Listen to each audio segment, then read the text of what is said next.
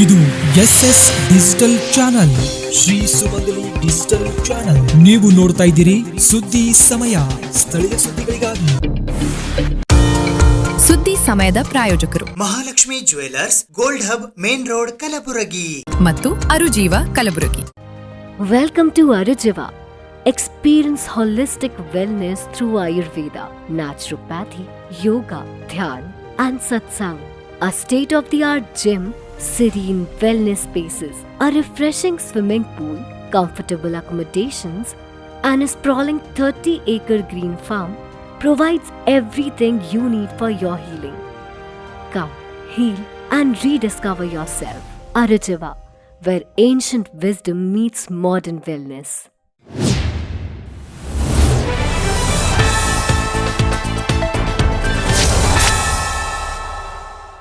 ಸುದ್ದಿ ಸಮಯಕ್ಕೆ ಸ್ವಾಗತ. ನಾನು RJ ಮಂಜು ಹಿರೋಳಿ. ಕ್ಷೌರಿಕ ಸ್ವಸಹಾಯ ಸೇವಾ ಸಂಘ ಕಲಬುರಗಿಯ ದಶಮಾನೋತ್ಸವ ಸಮಾರಂಭವು ಕಲಬುರಗಿ ನಗರದ ಕನ್ನಡ ಭವನದಲ್ಲಿ ಜರುಗಿತು. ಕ್ಷೌರಿಕ ಸ್ವಸಹಾಯ ಸೇವಾ ಸಂಘ ಕಲಬುರಗಿಯ ವತಿಯಿಂದ ದಶಮಾನೋತ್ಸವ ಕಾರ್ಯಕ್ರಮವು ಮಂಗಳವಾರ ದಿನಾಂಕ 16ನೇ ಡಿಸೆಂಬರ್ 2025ರಂದು ಬೆಳಗ್ಗೆ 10:35ಕ್ಕೆ ಕಲಬುರಗಿ ನಗರದ ಸರ್ದಾರ್ ವಲ್ಲಭಭಾಯ್ ಪಟೇಲ್ ವೃತ್ತದ ಹತ್ತಿರ ಇರುವ ಕನ್ನಡ ಭವನದಲ್ಲಿ ಜರುಗಿತು. ಇದರ ಉದ್ಘಾಟಕರಾಗಿ ಕರ್ನಾಟಕ ರಾಜ್ಯ ಸವಿತಾ ಸಮಾಜ ಅಭಿವೃದ್ಧಿ ನಿಗಮದ ಅಧ್ಯಕ್ಷರು ಹಾಗೂ ಚಲನಚಿತ್ರ ಕಲಾವಿದರಾದ ಡಾಕ್ಟರ್ MS ಮುತ್ತುರಾಜ್ ಆಗಮಿಸಿದ್ದರು. ಜ್ಯೋತಿ ಬೆಳಗಿಸಲು ಕರ್ನಾಟಕ ಕಾರ್ಯನಿರತ ಪತ್ರಕರ್ತರ ಸಂಘದ ರಾಜ್ಯ ಉಪಾಧ್ಯಕ್ಷರಾದ ಭವಾನಿ ಸಿಂಗ್ M ಠಾಕೂರ್ ಹಾಗೂ ಹುಸೇನಿ ಫೌಂಡೇಶನ್ ಕಲಬುರಗಿ ಅಧ್ಯಕ್ಷರಾದ ಮೊಹಮ್ಮದ್ ಇಲಿಯಾಸ್ ಸೇಠ್ ಆಗಮಿಸಿದ್ದರು. ಅಧ್ಯಕ್ಷತೆಯನ್ನು ಕ್ಷೌರಿಕ ಸ್ವಸಹಾಯ ಸೇವಾ ಸಂಘ ಕಲಬುರಗಿ ಅಧ್ಯಕ್ಷರಾದ ಮಲ್ಲಿಕಾರ್ಜುನ್ S ಮಾನೆ ವಹಿಸಿದ್ದರು.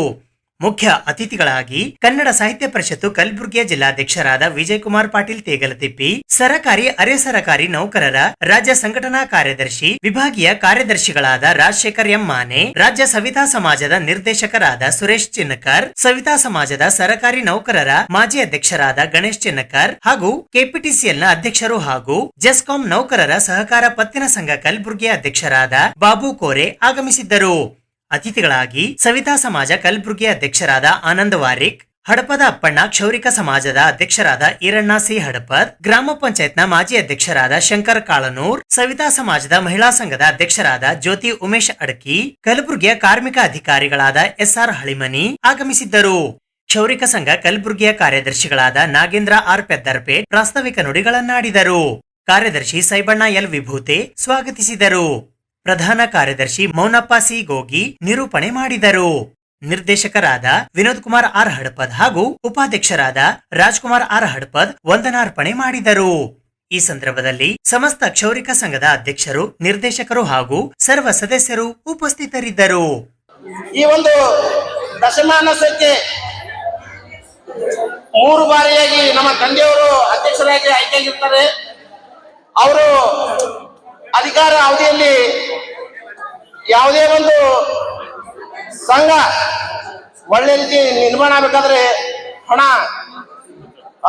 ಹಣದ ಅಭಾವ ಆಗಿರ್ಬೋದು, ಹಣ ಆಗಿರ್ಬೋದು, ಮತ್ತು ನೀವು ಕೊಡುವಂತ ಲಾಭಾಂಶ ಆಗಿರ್ಬೋದು, ಅದು ಅಕ್ಷರಶಃ ನಿಮ್ಮಲ್ಲೀಗ ಅಂದಾಜು ಸರಾಸರಿ ಒಂದು 5,000 ರೂಪಾಯಿ ಸಿಕ್ಕಿರ್ಬೋದಂತ ಅನಿಸುತ್ತೆ.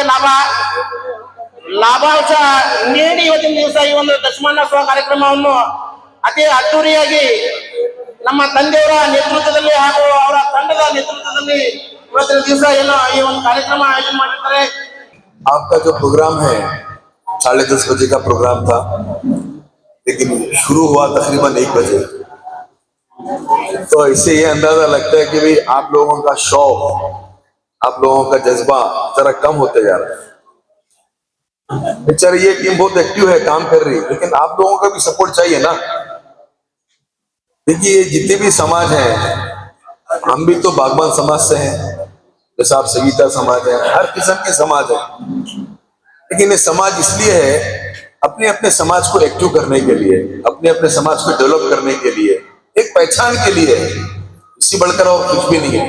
बाकी तो सिर्फ 2 जात हैं, एक औरत एक मर्द, बस. इंसानियत सबसे बड़ी जात है. सविता समाज, वो समाज, ये समाज सिर्फ पहचान के लिए. अब नागो बोले तो कौन नागो? अरे वो सविता समाज के नागो, हाँ ऐसा उसके हद तक ही है बस. बाकी के हम सब इंसान है. सबसे बड़ा मजहब, सबसे बड़ी जात इंसानियत की है।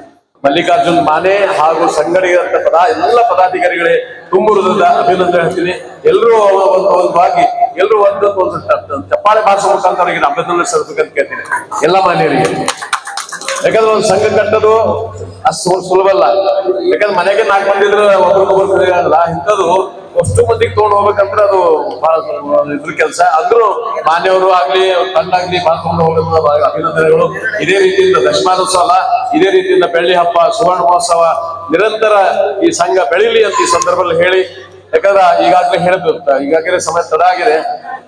ಸಮಾಜ ಸಹಿತಾ ಸಮಾಜ ಚಿಕ್ಕದಾದ್ರೂ ಸಹ ಬಹಳ ಚೊಕ್ಕದಾದಂತ ಬಹಳ ಸಮಾಜಮುಖಿ ಕೆಲಸ ಮಾಡೋದಂಥದ್ದು. ಯಾಕಂದ್ರೆ ಯೂನಿಟಿ ಈಗ ನೋಡ್ರಲ್ಲ, ಸಮಾಜ ಎಲ್ಲರೂ ಒಂದೇ ಡ್ರೆಸ್ ಹಾಕೊಂಡು ಒಂದೇ ಯೂನಿಟಿ ಮಾಡಿದ್ರು. ಆಮೇಲೆ ಎಲ್ಲ ಕಡೆ ಇಡೀ ಎಲ್ಲ ಕಡೆ ಮಂಗಳವಾರ ಬಂದ್ ಅಂದ್ರೆ ಮಂಗಳವಾರ ಬಂದ್.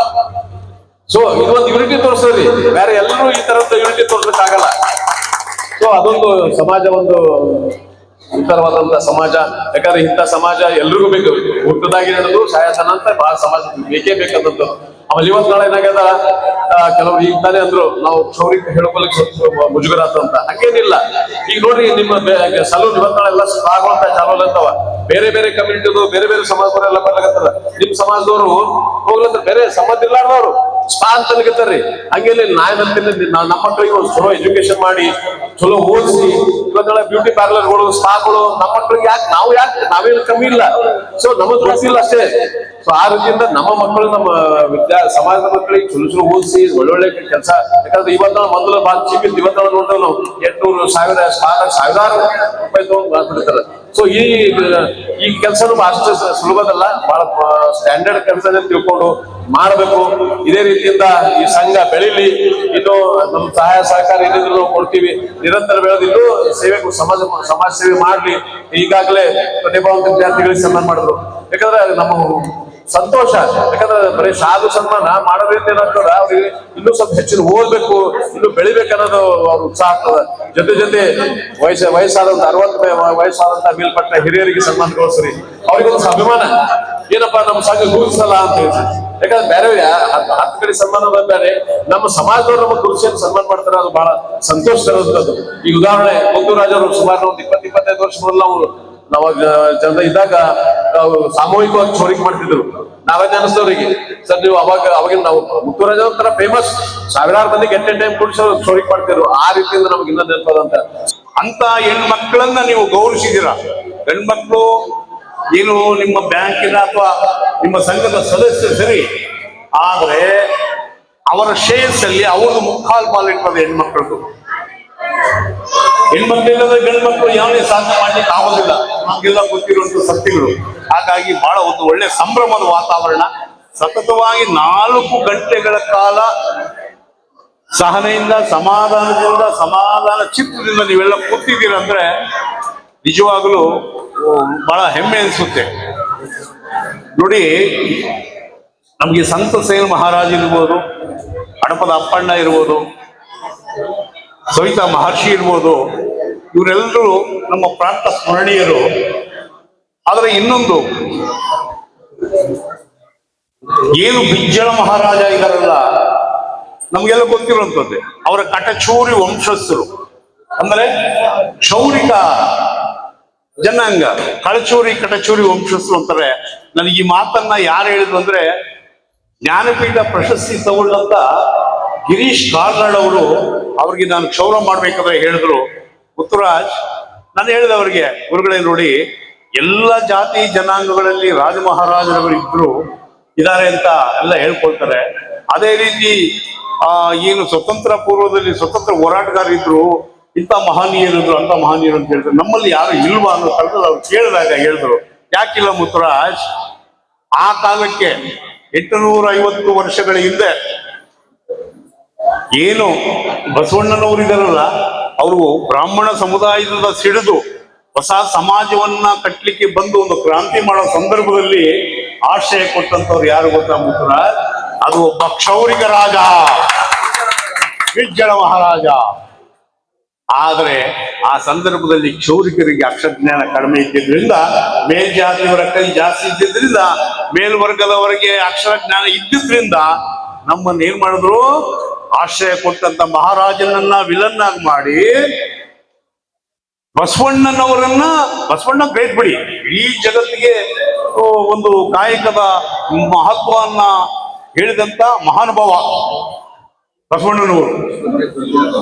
ಅದರ ಜೊತೆಗೆ ಇವರನ್ನು ಸಹಿತ ಹೇಗೆ ನಾವು ಯಾರೇ ಆಗ್ಲಿ ಉಪಕಾರ ಸ್ಮರಣೆ ಇರ್ಬೇಕು. ಏನು ಕ್ಷೌರಿಕ ಜನಾಂಗ ಅಂತ ಹೇಳ್ಬಿಟ್ಟು ಏನು ಇತಿಹಾಸಗಾರರು ಏನ್ ಮಾಡಿದ್ರು, ಇವರನ್ನ ತುಳಿದು ಅಥವಾ ಇವರನ್ನ ಪ್ರಸ್ತಾಪನೆ ಮಾಡದೆ ಬೇರೆಯವರೆಲ್ಲ ಹೈಲೈಟ್ ಮಾಡಿದ್ರು. ಈಗ ನೋಡಿ ಬಹಳಷ್ಟು ಸಮುದಾಯಗಳು ನೀವು ನೋಡ್ತಾ ಇದ್ದೀರಾ, ನಾವು ನೋಡ್ತಾ ಇದ್ದೀವಿ. ಅವ್ರು ಯಾವುದೋ ಕಾಲದಲ್ಲಿ ಏನೋ ಆಗಿದ್ರು, ಅವ್ರನ್ನೆಲ್ಲ ಫೋಟೋಗಳು ಹಾಕೊಂಡು ಇವರು ನಮ್ಮ ಸಮುದಾಯದವರು, ಇವರು ನಮ್ಮ ಜಾತಿ ಜನಾಂಗ, ಈ ಮಹಾನುಭಾವ ಇವರು ಹಂಗೆ ಹೇಳ್ಕೊಡ್ತಾ ಇದ್ದಾರೆ. ಆದ್ರೆ ನಮ್ಮಲ್ಲಿ ಹೇಳ್ಕೊಳ್ಳೋದಕ್ಕೆ ಇತ್ತೀಚಿನ ದಿನಗಳಲ್ಲಿ ಸ್ವಲ್ಪ ಪ್ರಾರಂಭ ಆಗ್ತಾ ಇದೆ, ಧೈರ್ಯ ಬಂದಿದೆ. ಈ ಸಮಾಜದ ಮುಖ್ಯ ವಾಹಿನಿಯಲ್ಲಿ ನಾವು ಇಂಥ ಜನಾಂಗ ಅಂತ ಹೇಳ್ಕೊಳ್ಳೋದಕ್ಕೆ ಹಿಂಜರಿರ್ತಕ್ಕಂಥ ಸಂದರ್ಭದಲ್ಲಿ 10 ವರ್ಷಗಳ ಹಿಂದೆ ಏನೋ ಕ್ಷೌರಿಕ ಸ್ವಸಹಾಯ ಸಹಕಾರ ಸಂಘ ಎಷ್ಟು ಅದ್ಭುತವಾಗಿದೆ ನೋಡಿ. ಆ ಕ್ಷೌರಿಕ ಅನ್ನೋದೇ ಮೈಲಿಗೆ ಅನ್ನೋ ರೀತಿಯಲ್ಲಿ ಒಂದು ಸ್ವಲ್ಪ ಏನು ಸರ್ಕಾರಿ ಕೆಲಸ ಸಿಕ್ತು ಅಂದ್ರೆ ಅಥವಾ ಒಳ್ಳೆ ಉದ್ಯೋಗ ಸಿಕ್ತು ಅಂದ್ರೆ ಅವ್ರೆಲ್ಲೂ ಹೇಳ್ಕೊಡ್ತಾ ಇರ್ಲಿಲ್ಲ, ನಾನು ಕ್ಷೌರಿಕ ಜನಾಂಗದವನು, ನಾನು ಸವಿತಾ ಸಮಾಜದವನು, ನಾನು ಹಡಪ ಸಮಾಜದವನು, ನಾನು ನಾವಿ ಸಮಾಜದವನು, ನಾನು ಪಂಡಮಂಗಲಿಗ ಅಥವಾ ಶ್ರೀಮಂಗಲಿಗ ಅಥವಾ ನಾಪಿತ, ನಾವಿಕ, ನಾವಲಿಗ, ಎಲ್ಲೂ ಹೇಳ್ಕೊತಾ ಇಲ್ಲ. ಅವರು ಇದೆಲ್ಲವನ್ನು ಬಿಟ್ಟು ಬೇರೆ ಇನ್ನೊಂದು ಜಾತಿ ಹೇಳ್ಬಿಡೋರು ಬಚಾವಾಗೋದಕ್ಕಲ್ಲಿ. ಅಪ್ಪ ಅವ್ರ ತಪ್ಪಲ್ಲ, ನಾನು ಅವ್ರ ತಪ್ಪು ನಮ್ಮವ್ರ ತಪ್ಪು ಅಂತ ನಾನು ಯಾವತ್ತೂ ಹೇಳಲ್ಲ. ಯಾಕೆಂದ್ರೆ ಈ ವ್ಯವಸ್ಥೆ ನಮ್ಮನ್ನ ಸತತವಾಗಿ ಶತಮಾನಗಳಿಂದ ತುಂಬಿಕೊಂಡು ಬಂದಿದೆ. ಕೊನೆಯ ಪಕ್ಷ ನಮಗೆ ಈ ಸಮಾಜದಲ್ಲಿ ಈ ಜಾತಿ ಜನಾಂಗ ಅಂತ ಹೇಳ್ಕೊಳ್ಳೋದಕ್ಕೂ ಕಷ್ಟ ಆಗೋ ಸಂದರ್ಭದಲ್ಲಿ ಪಾಪ ನನ್ನ ಜನ ಮಾಡ್ತಾ ಇದ್ದಾರೆ. ಯಾಕಂದ್ರೆ ಈಗ ನಿಮಗೆ ಲಿಂಗಾಯತರು ಇರ್ಬೋದು, ಒಕ್ಕಲಿಗರು ಇರ್ಬೋದು, ಮೇಲ್ಜಾತಿ ಅಂತ ನಾವೇನ್ ಹೇಳ್ತೀವಲ್ಲ, ಅವರೆಲ್ಲ ಜಮೀನ್ದಾರು. ಜಮೀನಿಗೆ ಬಹಳಷ್ಟು ಬೆಲೆ ಬಂದ್ಬಿಡ್ತು. ಡಾಕ್ಟರ್ ಚನ್ನಣ್ಣ ವಾಲಿಕಾರ್ ಸಾಹಿತ್ಯ ಮತ್ತು ಸಾಂಸ್ಕೃತಿಕ ಸಂಸ್ಥೆ ಕಲಬುರಗಿಯ ವತಿಯಿಂದ ಡಾಕ್ಟರ್ ಚನ್ನಣ್ಣ ವಾಲಿಕಾರ್ ಅವರ 6ನೆಯ ಪುಣ್ಯತಿಥಿಯ ಅಂಗವಾಗಿ ವಿಶೇಷ ಉಪನ್ಯಾಸ ಕಾರ್ಯಕ್ರಮ ಹಮ್ಮಿಕೊಳ್ಳಲಾಗಿತ್ತು. ಡಾಕ್ಟರ್ ಚನ್ನಣ್ಣ ವಾಲಿಕಾರ್ ಸಾಹಿತ್ಯ ಮತ್ತು ಸಾಂಸ್ಕೃತಿಕ ಸಂಸ್ಥೆ ಕಲಬುರಗಿಯ ವತಿಯಿಂದ ಬಂಡಾಯ ಬರಹಗಾರ, ಹೋರಾಟಗಾರ, ಸಾಮಾಜಿಕ ಚಿಂತಕ ಡಾಕ್ಟರ್ ಚನ್ನಣ್ಣ ವಾಲಿಕಾರ್ ಅವರ 6ನೆಯ ಪುಣ್ಯತಿಥಿಯ ನಿಮಿತ್ತ ವಿಶೇಷ ಉಪನ್ಯಾಸ ಮತ್ತು ಡಾಕ್ಟರ್ ಚನ್ನಣ್ಣನವರ ಹೋರಾಟ ಗೀತೆಗಳ ಗಾಯನ ಸಮಾರಂಭವು ದಿನಾಂಕ 16ನೇ ಡಿಸೆಂಬರ್ 2025 ಮಂಗಳವಾರದಂದು ಬೆಳಗ್ಗೆ 10:30 ಗಂಟೆಗೆ ಕಲಬುರಗಿ ನಗರದ ಸರಕಾರಿ ಸ್ವಾಯತ್ತ ಪ್ರಥಮ ದರ್ಜೆ ಕಾಲೇಜು ಹಾಗೂ ಸ್ನಾತಕೋತ್ತರ ಅಧ್ಯಯನ ವಿಭಾಗ ಕಲಬುರಗಿಯಲ್ಲಿ ಜರುಗಿತು. ಈ ಕಾರ್ಯಕ್ರಮದ ಉದ್ಘಾಟಕರಾಗಿ ಕರ್ನಾಟಕ ಸಾಹಿತ್ಯ ಅಕಾಡೆಮಿ ಬೆಂಗಳೂರಿನ ಸದಸ್ಯರು ಹಾಗೂ ಹಿರಿಯ ಸಾಹಿತಿಗಳಾದ ಡಾಕ್ಟರ್ ಸಿದ್ದರಾಮ್ ಹೊನ್ಕಲ್ ಆಗಮಿಸಿದ್ದರು. ಮುಖ್ಯ ಅತಿಥಿಗಳಾಗಿ ಕನ್ನಡ ಪುಸ್ತಕ ಪ್ರಾಧಿಕಾರ ಬೆಂಗಳೂರಿನ ಸದಸ್ಯರು ಹಾಗೂ ಪ್ರಾಚಾರ್ಯರಾದ BH ನಿರುಗುಡಿ, ಸರಕಾರಿ ಪ್ರಥಮ ದರ್ಜೆ ಕಾಲೇಜು ಸ್ವಾಯತ್ತ ಕಲಬುರಗಿಯ ಪ್ರಾಂಶುಪಾಲರಾದ ಡಾಕ್ಟರ್ ಸವಿತಾ ತಿವಾರಿ ಆಗಮಿಸಿದ್ದರು. ಅಧ್ಯಕ್ಷತೆಯನ್ನು ಹಿರಿಯ ಸಾಹಿತಿಗಳು ಹಾಗೂ ಡಾಕ್ಟರ್ ಚನ್ನಣ್ಣ ವಾಲಿಕಾರ್ ಸಾಹಿತ್ಯ ಮತ್ತು ಸಾಂಸ್ಕೃತಿಕ ಸಂಸ್ಥೆ ಕಲಬುರಗಿಯ ಅಧ್ಯಕ್ಷರಾದ ಡಾಕ್ಟರ್ ಸ್ವಾಮಿರಾವ್ ಕುಲಕರ್ಣಿ ವಹಿಸಿದ್ದರು. ಡಾಕ್ಟರ್ ಚನ್ನಣ್ಣ ವಾಲಿಕಾರರ ಕಾವ್ಯ ತತ್ವ ಮತ್ತು ಸತ್ವ ಎಂಬ ವಿಷಯದ ಕುರಿತು ವಿಶೇಷ ಉಪನ್ಯಾಸ ನೀಡಲು ಸರಕಾರಿ ಪ್ರಥಮ ದರ್ಜೆ ಕಾಲೇಜು ಕಮಲಾಪುರದ ಪ್ರಾಚಾರ್ಯರಾದ ಡಾಕ್ಟರ್ ಅಮೃತಾ ಕಟ್ಕೆ ಆಗಮಿಸಿದ್ದರು. ಗೌರವ ಉಪಸ್ಥಿತರಾಗಿ ಸಿದ್ದಮ್ಮ ಡಾಕ್ಟರ್ ಚನ್ನಣ್ಣ ವಾಲಿಕಾರ್ ಹಾಗೂ ಹಿರಿಯ ಲೇಖಕರು, ಕನ್ನಡ ಅಧ್ಯಯನ ಸಂಸ್ಥೆಯ ನಿರ್ದೇಶಕರು ಹಾಗೂ ಡಾಕ್ಟರ್ ಚನ್ನಣ್ಣ ವಾಲಿಕಾರ್ ಸಾಹಿತ್ಯ ಮತ್ತು ಸಾಂಸ್ಕೃತಿಕ ಸಂಸ್ಥೆ ಕಲಬುರಗಿಯ ಉಪಾಧ್ಯಕ್ಷರಾದ ಪ್ರೊಫೆಸರ್ HT ಪೋತೆ ಆಗಮಿಸಿದ್ದರು. ಸಂಗೀತ ಕಲಾವಿದರಾದ ಸಿದ್ಧಾರ್ಥ ಚಿಮ್ಮ ಇದಲಾಯಿ ಹಾಗೂ ಸಂಗಡಿಗರಿಂದ ಡಾಕ್ಟರ್ ಚನ್ನಣ್ಣ ವಾಲಿಕಾರರ ಹೋರಾಟ ಗೀತೆಗಳ ಗಾಯನ ಕಾರ್ಯಕ್ರಮ ಜರುಗಿತು. ಈ ಸಂದರ್ಭದಲ್ಲಿ ಚನ್ನಣ್ಣ ವಾಲಿಕಾರ್ ಸಾಹಿತ್ಯ ಮತ್ತು ಸಾಂಸ್ಕೃತಿಕ ಸಂಸ್ಥೆ ಕಲಬುರಗಿಯ ಉಪಾಧ್ಯಕ್ಷರಾದ ಡಾಕ್ಟರ್ KS ಬಂಧು, ಕಾರ್ಯದರ್ಶಿಗಳಾದ ಅಪ್ಪಾಸಾಹೇಬ್ ವಾಲಿಕಾರ್, ಸರಕಾರಿ ಪ್ರಥಮ ದರ್ಜೆ ಕಾಲೇಜು ಕನ್ನಡ ಅಧ್ಯಯನ ವಿಭಾಗದ ಮುಖ್ಯಸ್ಥರಾದ ಡಾಕ್ಟರ್ ಶಾರದಾದೇವಿ ಜಾಧವ್ ಸೇರಿದಂತೆ ಇತರೆ ಅನೇಕರು ಉಪಸ್ಥಿತರಿದ್ದರು. ಸಂತೋಷ ಒಂದು ಕಡೆ ಆದ್ರೆ ನೋವು ಕೂಡ ಆಗ್ತದೆ. ಯಾಕಂದ್ರೆ ಚನ್ನಣ್ಣ ವಾಲಿಕಾರ್ ಅವರ ಒಡನಾಡಿಗಳಾಗಿದ್ದವರು ನಾವು. ಅನೇಕ ಜನ ಇಲ್ಲಿ ನಾವು ಅವರ ವಿದ್ಯಾರ್ಥಿಗಳಿದ್ದೀವಿ ಅಂತ ಹೇಳಿದ್ರು. ನಾನು ವಿದ್ಯಾರ್ಥಿ ಆಗಿರಲಿಲ್ಲ, ಅವರ ಪುಟ್ಟ ಗೆಳೆಯರಾಗಿದ್ದೆವು. ನಾನು, ರಾಜಶೇಖರ್ ಹತಗುಂದಿ, ಚಿತ್ರಶೇಖರ್ ಕಂಟಿ, ಹೀಗೆ ಇಲ್ಲಿ ಅವಾಗ ಅವರು ಚನ್ನಣ್ಣ ವಾಲಿಕಾರ್ ಅವರು ಬಹುದೊಡ್ಡ ಕತೆಗಾರರಾಗಿರುವಂಥ ಸಂದರ್ಭದಲ್ಲಿ ನಾವು ಸಣ್ಣ ಪುಟ್ಟ ಕತೆಗಾರರಾಗಿ ಅವರ ಜೊತೆ ಇದ್ದಂಥ ವ್ಯಕ್ತಿಗಳು. ಅವಾಗ ಅವರೆಲ್ಲ ನಮಗೆ ತಮ್ಮಗಳೇ ಅಂಥೇಳಿ ಕುಂದಿರಿಸ್ಕೊಂಡು ಕತೆ ಬರೆಯೋದ್ರ ಬಗ್ಗೆ, ಕತೆಯ ತಂತ್ರ, ಭಾಷೆ ಈ ಭಾಗದ ಒಂದು ಪ್ರಾದೇಶಿಕ ವೈಶಿಷ್ಟ್ಯವನ್ನು ಇಟ್ಕೊಂಡು ಯಾವ ರೀತಿಯಲ್ಲಿ ಕತೆ ಬರಿಬೇಕಂತೇಳಿ ನಮಗೆಲ್ಲ ಗೈಡ್ ಮಾಡ್ತಕ್ಕಂಥ ಗುರುವಲ್ಲದ ಗುರು ಅವರು ನಮಗೆ. ಅಂಥ ಚನ್ನಣ್ಣ ವಾಲಿಕಾರ್ರವರ ಕುರಿತು ಇವತ್ತು ಅವರು ಅಗಲಿ ಹೋದಾಗ ನಮಗಾದಂಥ ನೋವು ಕೂಡ ಅಪಾರ. ಅವರು ತಂದಿರ್ತಕ್ಕಂಥದ್ದು ಮಾಡಿರ್ತಕ್ಕಂಥ ಕೆಲಸಗಳು ಇವತ್ತಿನ ವಿದ್ಯಾರ್ಥಿಗಳಿಗೆ ಬಹಳ ಮುಖ್ಯ ಇದೆ. ಆಗಲೇ ಮೇಡಮ್ ಅವರೊಬ್ಬರು ಹೇಳ್ತಾ ಇದ್ದರು, ನಮ್ಮ ವಿದ್ಯಾರ್ಥಿಗಳಿಗೆ ಕ್ಲಾಸ್ ಮುಗೀತು ಅಂದ್ರೆ ಸಾಕು ಮನೆಗೆ ಹೋಗಿ ಬಿಡ್ತಾರೆ ಅಂಥೇಳಿ. ದಯವಿಟ್ಟು ಹಾಗೆ ಮಾಡಬೇಡಿ ನೀವೆಲ್ಲ. ನಾವು ನಿಮ್ಮ ಹಾಗೆ ವಿದ್ಯಾರ್ಥಿ ದಶೆಯಲ್ಲಿದ್ದಾಗ ಈ ಥರ ಕುಂತು ಮೇಲೆ ವೇದಿಕೆ ಮೇಲೆ ಇರೋರನ್ನ ನೋಡಿದಾಗ ನಾವು ಎಂದು ಹೋಗಿ ವೇದಿಕೆ ಮೇಲೆ ಮಾತಾಡ್ತೀವಪ್ಪ, ನಮಗೂ ಇಂಥ ಅವಕಾಶ ಜೀವನದಾಗ ಬರ್ತದೇನೋ ಅಂತ ಹೇಳಿ ಕಾದು ಕುಳಿತಂಥ ವ್ಯಕ್ತಿಗಳು ನಾವು. ನಮ್ಮ ಅಬ್ದುಲ್ ಕಲಾಂ ಅವರು ಒಂದು ಮಾತು ಹೇಳ್ತಾರೆ, ರಾಷ್ಟ್ರಪತಿಯಾಗಿ ಹೋದಂಥವರು, ಸಣ್ಣ ಸಣ್ಣ ಗುರಿಗಳನ್ನು ಹೊಂದುವುದು ನಿಮ್ಮ ಜೀವನಕ್ಕೆ ನೀವೇ ಮಾಡಿಕೊಳ್ಳುವಂಥ ಅಪರಾಧ ಅಂತ ಹೇಳಿ. ನೀವೆಲ್ಲ ವಿದ್ಯಾರ್ಥಿಗಳು ಸಣ್ಣ ಸಣ್ಣ ಗುರಿಗಳನ್ನು ಹೊಂದಬೇಡಿ, ದೊಡ್ಡ ದೊಡ್ಡ ಗುರಿಗಳನ್ನು ಹೊಂದಬೇಕಾದ್ರೆ ನಿಮ್ಮ ವಿದ್ಯಾರ್ಥಿ ದಶೆಯಿಂದಲೇ ನಿಮ್ಮ ವ್ಯಕ್ತಿತ್ವ ವಿಕಸನ ಆಗಬೇಕಾಗ್ತದೆ. ಚನ್ನಣ್ಣ ವಾಲಿಕಾರ್ ಅವ್ರ ಬಗ್ಗೆ ಅಮೃತ ಕಟ್ಕೆ ಮೇಡಮ್ ಅವರು ಮಾತಾಡ್ತಾರೆ. ನಾನು ಒಂದಿಷ್ಟು ಮುಖ್ಯ ಅತಿಥಿಯಾಗಿ ಒಂದು 4 ಮಾತನಾಡಲು ಬಯಸ್ತಾ ಇದ್ದೇನೆ. ಅತ್ತೆಗೊಂದು ಕಾಲವಿದ್ದಂತೆ ಸೊಸೆಗೊಂದು ಕಾಲವಯ್ಯ, ಆಳುವರಿಗೊಂದು ಕಾಲವಿದ್ದಂತೆ ಆಳಿಸಿಕೊಳ್ಳುವರಿಗೊಂದು ಕಾಲವಯ್ಯ, ತಿಪ್ಪೆಗಳೆಲ್ಲ ಉಪ್ಪರಿಗೆ ಆಗುವ ಕಾಲ, ಗೋಡೆಗೆ ಕುಳಿತವರೆಲ್ಲ ಲೋಡಿಗೆ ಕೂಡುವ ಕಾಲ, ಬೆವರು ಸುರಿಸುವವರೇ ಬಂಗಾರವಾಗುವ ಕಾಲ, ಸೂರ್ಯನಷ್ಟು ಗಟ್ಟಿ ಗಟ್ಟಿ ಎಂದಾತ ನಮ್ಮ ಚನ್ನಣ್ಣ ವಾಲಿಕಾರ್. ಡಾಕ್ಟರ್ ಚನ್ನಣ್ಣ ವಾಲಿಕಾರ್ ಸರ್ ಅವರು ಶಿಷ್ಯನಾಗಿ ನಾನು ಕೂಡ ಸತ್ಯಂ PU ಕಾಲೇಜಿನ ಪ್ರಾಚಾರ್ಯನಾಗಿ ಸೇವೆ ಸಲ್ಲಿಸ್ತಾ ಇದ್ದೇನೆ. ಕರ್ನಾಟಕ ಸರ್ಕಾರದ ಕನ್ನಡ ಪುಸ್ತಕ ಪ್ರಾಧಿಕಾರದ ಸದಸ್ಯನಾಗಿ ಇವತ್ತು ಕಾರ್ಯವನ್ನು ಗೈಯುತ್ತಿದ್ದೇನೆ. ಇವತ್ತು ಚನ್ನಣ್ಣ ವಾಲಿಕಾರ್ ಸರ್ ಅವರ ಕಾರ್ಯಕ್ರಮ ಅಂದರೆ ತುಂಬ ಪ್ರೀತಿಯಿಂದ ಈ ಕಾರ್ಯಕ್ರಮಕ್ಕೆ ಆಗಮಿಸಿದ್ದೇನೆ. ನನ್ನ ಗುರುಗಳಾದರೂ ಕೂಡ ನಮಗೆ ಎಂದೂ ಅವರು ಶಿಷ್ಯರಂತ ನೋಡಿಕೊಳ್ಳಲಿಲ್ಲ. ಅವರು ಒಂಥರ ಆತ್ಮೀಯವಾಗಿ ನೋಡಿಕೊಳ್ತಕ್ಕಂಥ ಒಂದು ಮನೋಭಾವ ಡಾಕ್ಟರ್ ಚನ್ನಣ್ಣ ವಾಲಿಕಾರ್ ಅವರಲ್ಲಿತ್ತು.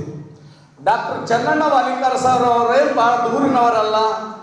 ಇಲ್ಲೇ ಗುಲ್ಬರ್ಗದ ಸಮೀಪ ಇರತಕ್ಕಂಥ ಶಹಾಬಾದಿನ ಶಂಕರವಾಡಿ ಗ್ರಾಮದಲ್ಲಿ ಜನಿಸಿರ್ತಕ್ಕಂಥ ಚನ್ನಣ್ಣ ವಾಲಿಕಾರ್ ಅವರು ಮೂಲತಃ ಪ್ರಾರಂಭದಲ್ಲಿ ಚಿಕ್ಕ ಹುಡುಗನಿರುವಾಗ ಅವರ ಅಕ್ಕನ ಊರಿನಲ್ಲಿ ದನಗಳನ್ನು ಮೇಯಿಸ್ತಕ್ಕಂಥ ಚನ್ನಣ್ಣ ವಾಲಿಕಾರ್ ಅವರು, ಅವರ ತಂದೆಯವರು, ಅವರ ಅಕ್ಕನವರು, ಅವರ ಮಾವನವರು ಓದಲು ಕರೆದಾಗ ನಿರಾಕರಿಸಿ ಪಕ್ಕದ ಮನೆಯವರ ಜೊತೆ ದನ ಮೇಯಿಸಲು ಹೋಗ್ತಕ್ಕಂಥ ಡಾಕ್ಟರ್ ಚನ್ನಣ್ಣ ವಾಲಿಕಾರ್ ಅವರು ಮುಂದೆ ಅವರ ಮಾವನವರು ಅವರ ಊರಿಗೆ ಒಬ್ಬರು ಶಾಸ್ತ್ರಿ ಮಾಸ್ತರ್ ಅಂತ ಅಲ್ಲಿ ಬಂದಾಗ ಡಾಕ್ಟರ್ ಚನ್ನಣ್ಣ ವಾಲಿಕಾರ್ ಅವರನ್ನ ಆ ದನ ಮೇಯಿಸುವುದನ್ನ ಬಿಡಿಸಿಕೊಂಡು ಸರ್ಕಾರಿ ಶಾಲೆಗೆ ಸೇರಿಸ್ತಕ್ಕಂಥ ಒಂದು ಸಂಗತಿ PUC ಪಠ್ಯದಲ್ಲಿ ಶಾಸ್ತ್ರಿ ಮಾಸ್ತರ್ ಮತ್ತು ಮಕ್ಕಳು ಅಂತಕ್ಕಂಥ ಒಂದು ಪಠ್ಯ ಡಾಕ್ಟರ್ ಚನ್ನಣ್ಣ ವಾಲಿಕಾರ್ ಅವರು ಬರೆದಿರ್ತಕ್ಕಂಥ ಪಾಠ ಇವತ್ತಿಗೂ ಕೂಡ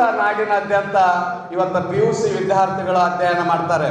ಕಥೆಗಾರನಿಗೆ ಸಾವಿಲ್ಲ ಅಂತ ನಾನು ಅಂದ್ಕೊಂಡಿದ್ದೀನಿ. ಸಾಹಿತಿಗಳಿಗೆ ಸಾವಿಲ್ಲ, ಅದನ್ನು ತಾವು ನೋಡ್ತಾ ಇದ್ದೀರಿ. ಲೇಖಕನಿಗೆ ಎಂದೂ ಸಾವಿಲ್ಲ ಅನ್ನೋದನ್ನು ನಾವು ಅರ್ಥ ಮಾಡ್ಕೊಳ್ಬೇಕು. ಕರ್ನಾಟಕದಲ್ಲಿ ಹೈದರಾಬಾದ್ ಕರ್ನಾಟಕ ಯಾವುದನ್ನು ಈಗ ನಾವು ಕಲ್ಯಾಣ ಕರ್ನಾಟಕ ಅಂತ ಕರಿತಾ ಇದ್ದೀವಿ, ಇಲ್ಲಿ ಅನೇಕ ಕನ್ನಡ ಸಾಹಿತ್ಯದ ಪ್ರತಿಭೆಗಳಿಗೆ ಜನ್ಮ ಕೊಟ್ಟಂತಹ ನೆಲ.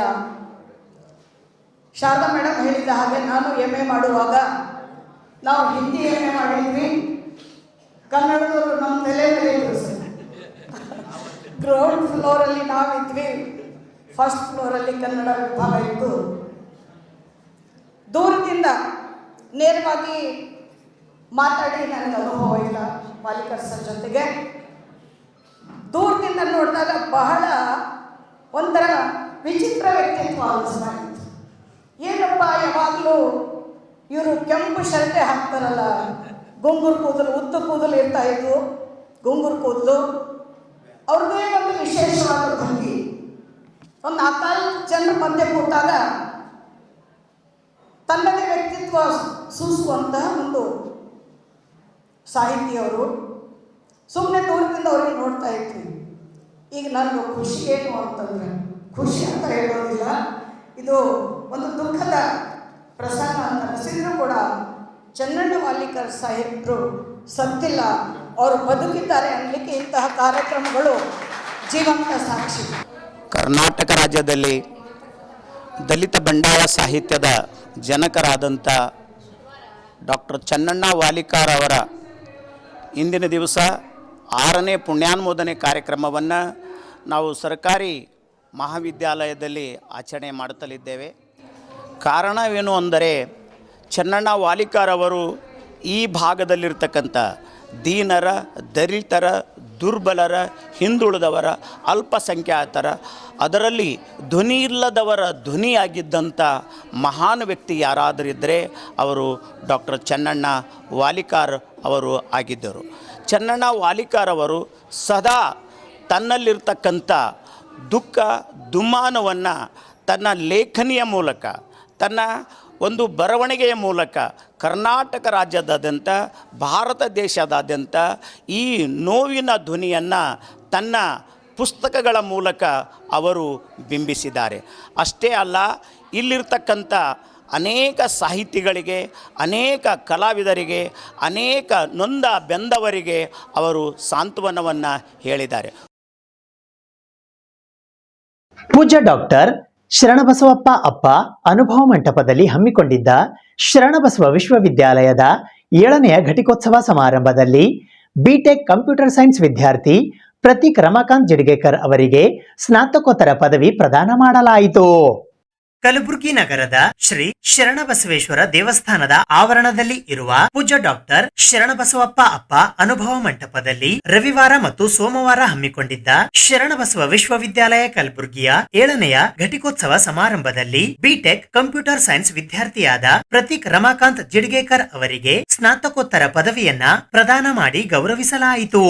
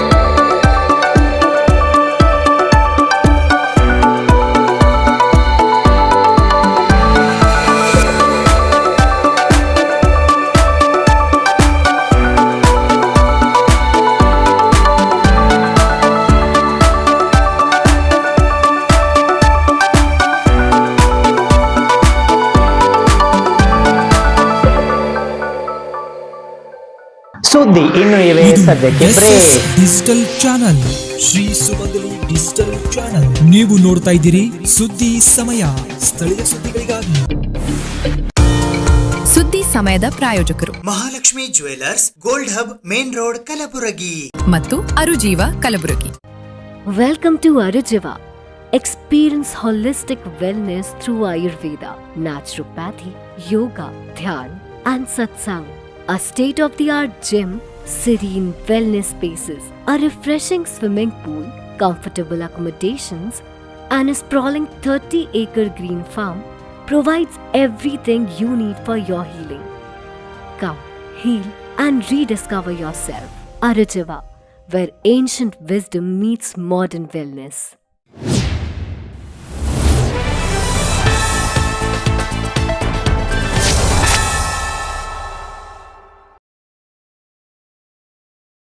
ಕಲಬುರಗಿ ತಾಲೂಕಿನ ಪಾಳಾ ಗ್ರಾಮದಲ್ಲಿ ಪ್ರತಿ 3 ವರ್ಷಕ್ಕೊಮ್ಮೆ ಜರುಗುವ ಗ್ರಾಮ ದೇವತೆ ಶ್ರೀ ದ್ಯಾಮವ್ವ ದೇವಿಯ ಮಹಾಕಾರ್ಯ ಮಹೋತ್ಸವವು ಗ್ರಾಮಸ್ಥರ ಸಹಭಾಗಿತ್ವದೊಂದಿಗೆ ಭಕ್ತಿಪೂರ್ವಕವಾಗಿ ಮತ್ತು ವಿಜೃಂಭಣೆಯಿಂದ ಜರುಗಿತು. ಕಲಬುರಗಿ ತಾಲೂಕಿನ ಪಾಳಾ ಗ್ರಾಮದಲ್ಲಿ ಗ್ರಾಮ ದೇವತೆಯಾದ ಶ್ರೀ ದ್ಯಾಮವ್ವ ದೇವಿಯ 3 ವರ್ಷದ ಮಹಾಕಾರ್ಯವು ದಿನಾಂಕ 16ನೇ ಡಿಸೆಂಬರ್ 2025 ಮಂಗಳವಾರದಂದು ಗ್ರಾಮಸ್ಥರ ಸಕ್ರಿಯ ಸಹಭಾಗಿತ್ವದಲ್ಲಿ ಭಕ್ತಿಪೂರ್ವಕವಾಗಿ ಮತ್ತು ವಿಜೃಂಭಣೆಯಿಂದ ಜರುಗಿತು. ಈ ಕಾರ್ಯಕ್ರಮದ ಅಂಗವಾಗಿ ಭಜನೆ ಮಂಡಳಿ, ತಮಟೆ ಸದ್ದು, ಡೊಳ್ಳು ಕುಣಿತ ಸೇರಿದಂತೆ ವಿವಿಧ ಸಾಂಪ್ರದಾಯಿಕ ಆಚರಣೆಗಳನ್ನು ಅದ್ಧೂರಿಯಾಗಿ ಆಯೋಜಿಸಲಾಗಿತ್ತು. ಇದರಿಂದ ಗ್ರಾಮದೆಲ್ಲೆಡೆ ಭಕ್ತಿಭಾವ ಹಾಗೂ ಉತ್ಸಾಹಭರಿತ ವಾತಾವರಣ ನಿರ್ಮಾಣವಾಗಿತ್ತು. ಸಾಂಪ್ರದಾಯಿಕ ಕ್ರಮದಂತೆ ದಿವಂಗತ ದಸ್ತಯ್ಯ ಗುತ್ತೇದಾರ್ ಅವರ ಮನೆಯಿಂದ ಸಿಂಧಿ, ಬಡಗೇರ್ ಮನೆಯಿಂದ ಗೊಂಬೆ, ಮಾಲಿಗೌಡರ ಮನೆಯಿಂದ ಕುಂಭವನ್ನು ಹೊತ್ತು ತರಲಾಯಿತು. ಎಲ್ಲ ವಿಧಿವಿಧಾನಗಳು ಶಾಸ್ತ್ರಬದ್ಧವಾಗಿ ನೆರವೇರಿದ್ದು, ಪೂಜೆ, ಹೋಮ ಹವನಗಳ ಮೂಲಕ ಭಕ್ತರು ದೇವಿಯ ಕೃಪೆಗೆ ಪ್ರಾರ್ಥಿಸಿದರು. ಈ ಕಾರ್ಯಕ್ರಮದಲ್ಲಿ ಗ್ರಾಮದ ಹಿರಿಯರು, ಮುಖಂಡರು, ಮಹಿಳೆಯರು, ಮಕ್ಕಳು ಸೇರಿದಂತೆ ಅಪಾರ ಸಂಖ್ಯೆಯಲ್ಲಿ ಭಕ್ತರು ಪಾಲ್ಗೊಂಡು ದೇವಿಯ ದರ್ಶನ ಪಡೆದು ಧನ್ಯರಾದರು. ಗ್ರಾಮದಲ್ಲಿ ಶಾಂತಿ, ಸಮೃದ್ಧಿ ಮತ್ತು ಸೌಹಾರ್ದತೆ ನೆಲೆಸಲಿ ಎಂಬ ಆಶಯದೊಂದಿಗೆ 3 ವರ್ಷದ ಕಾರ್ಯವು ಯಶಸ್ವಿಯಾಗಿ ಸಂಪನ್ನವಾಯಿತು ಎಂದು ಕಾಶಿಬಾಯಿ ಸಿ ಗುತ್ತೇದಾರ್ ಪಾಳಾ ಅವರು ವರದಿ ನೀಡಿದ್ದಾರೆ.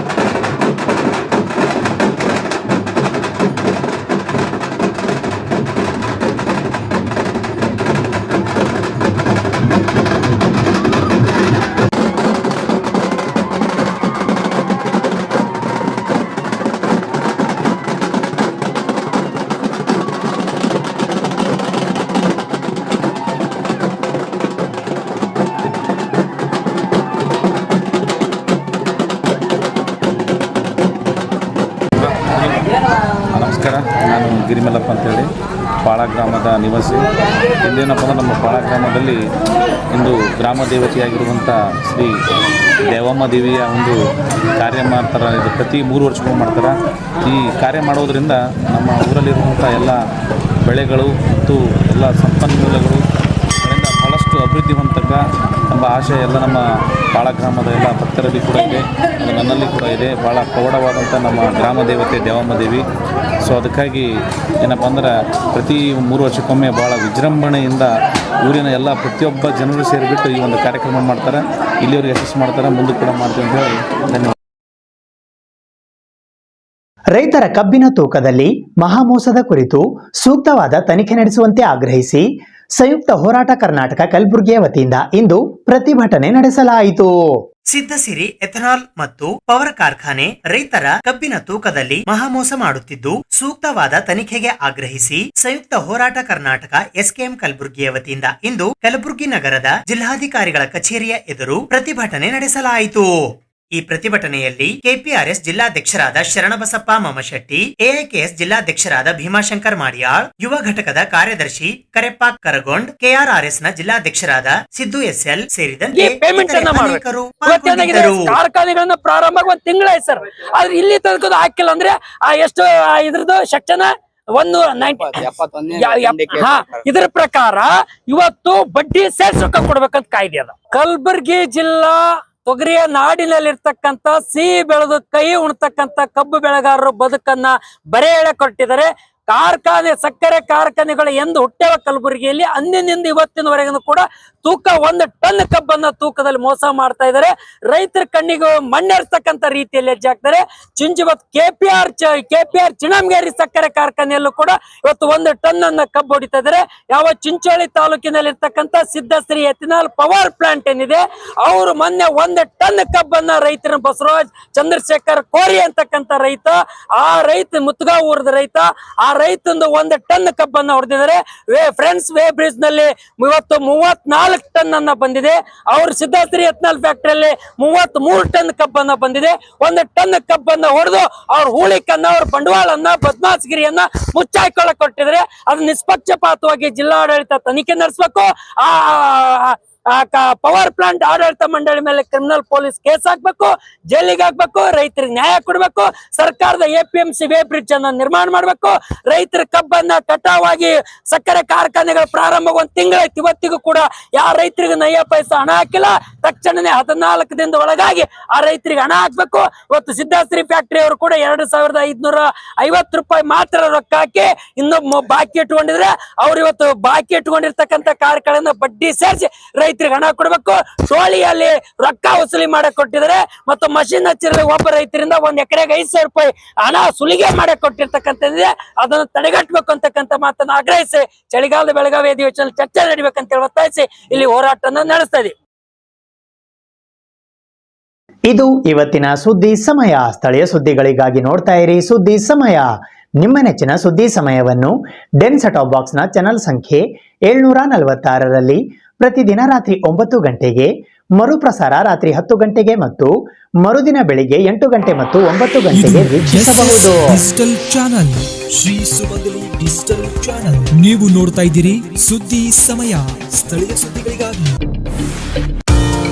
ಸುದ್ದಿ ಸಮಯದ ಪ್ರಾಯೋಜಕರು Mahalakshmi jewellers, gold hub, main road, Kalaburagi ಮತ್ತು ಅರುಜೀವ Kalaburagi. Welcome to Arujiva. Experience holistic wellness through Ayurveda, naturopathy, yoga, dhyan, and satsang.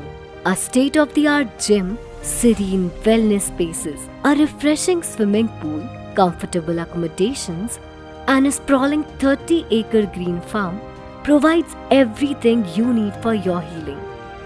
Come, heal, and rediscover yourself. Arujiva, where ancient wisdom meets modern wellness.